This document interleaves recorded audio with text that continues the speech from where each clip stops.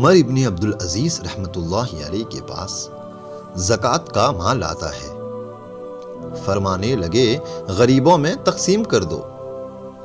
بتلایا گیا اسلامی سلطنت میں کوئی فقیر باقی نہیں رہا۔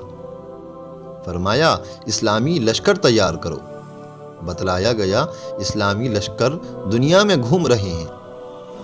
فرمایا نوجوانوں کی شادیاں کر دو۔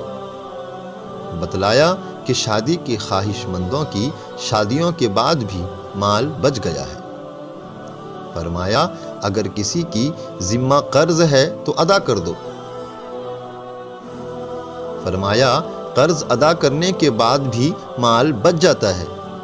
فرمایا دیکھو یہودی اور عیسائی میں کوئی اگر قرض دار ہے تو اس کی طرف سے قرض ادا کر دو۔ یہ کام بھی کر دیا گیا، مال پھر بھی بچ گیا۔ فرمایا اہل علم کو دے دو۔ اہل علم کو دے دیا گیا تو مال پھر بھی بچ گیا۔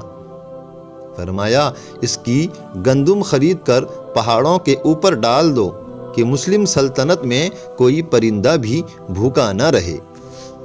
یہ تھے عمر ابن عبدالعزیز اور یہ تھی ان کی خلافت۔ اللہ تعالی ہمیں ایسا خلیفہ اور ایسی خلافت کے سائے میں زندگی بسر کرنے کی توفیق عطا فرمائے۔